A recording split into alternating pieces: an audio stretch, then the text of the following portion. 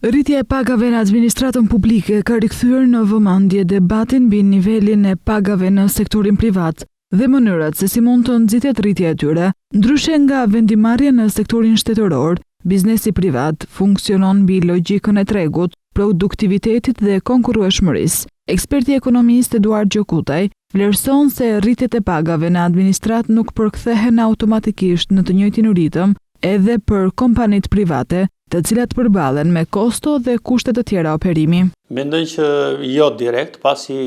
rritje e pagave e mirëfillt që ndodhi në vitet 2024-2025 nuk arriti dot të motivonte sektorin privat për të ndjekur të njëjtin ritëm, pasi ka rregulla të tjera. Vendimarrja nuk është politike, por është vendimarrje diktuar nga tregu dhe nga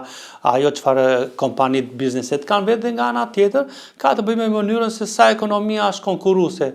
Në kushtet kur këto nuk ndodhin, natyrisht që sektori privat qëndron në një vendimarrje në rritje, por një rritje të tillë që të mos i rëndoj kostove të përditshme të bërë biznes. Ndër të tjera, thekson se nxitja e rritjes së pagave në sektorin privat nuk duhet të mbështetet vetëm te masat fiskale apo financiare, por te një qasje më e gjerë reformuese në tregun e punës. Më së pari nismat nuk duhet të jenë financiare dhe fiskale, por duhet të jenë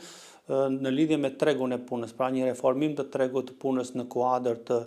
mënyrës se si do i qasen punonjësit e rinj, me qëllim që të rritet ajo pjesë e vlefshmërisë për të rritur produktivitetin e bizneseve, nga ana tjetër pjesa që ka të bëjë me mënyrën se si konkurrueshmëria në vend do të duhet të ndryshonte dhe formalizimi i tyre, me qëllim që të gjitha këto së bashku ta bëjnë biznesin të interesuar që të ketë kosto sa më të lirë në kuadrin e shtrëngimit të kostos punës, por dhe nga ana tjetër një qasje më produktive për sa i përket mënyrës se si ai do të operojë jo thjesht në